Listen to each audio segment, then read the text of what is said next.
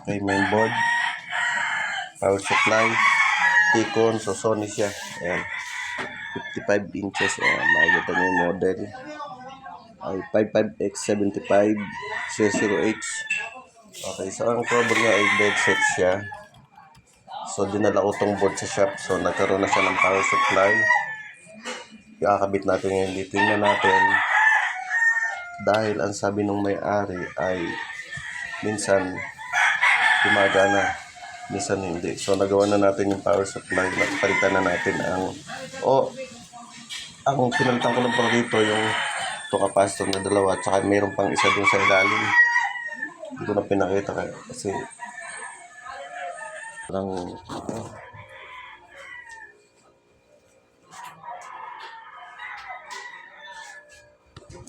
so kung nakikita nyo, ayan o, kalahati lang siya. Wala siya sa kabila dito. Dito lang siya. So ang problema nito, magte-tape method tayo ngayon nito. Ayan o, nakikita nyo, kalahati lang. Third lang nakikita. Okay, so tape method tayo. Ayan o, kalahati lang siya, diba? Wala rito. Dito sa kabila meron.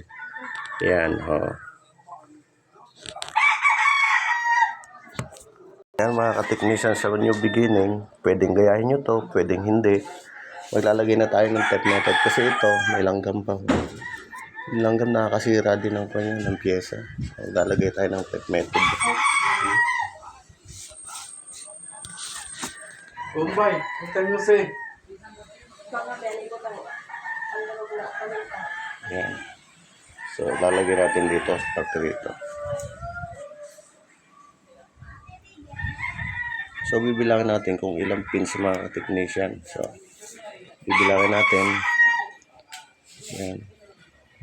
Nakikita nyo naman kayo na magbilang. Malabo na mata ko.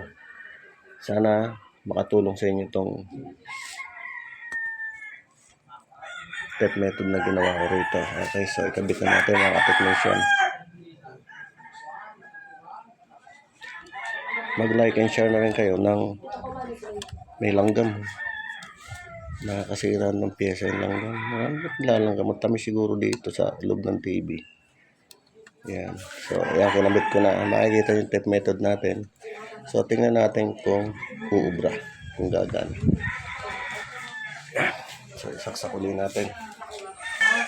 Wala kasing humahawak eh.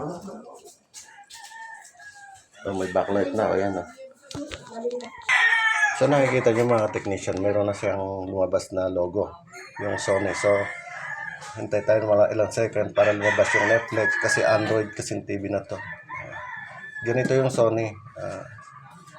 I-dead set ka na pati backlight. Hindi aandar pagka may trouble ang panel. Ayan.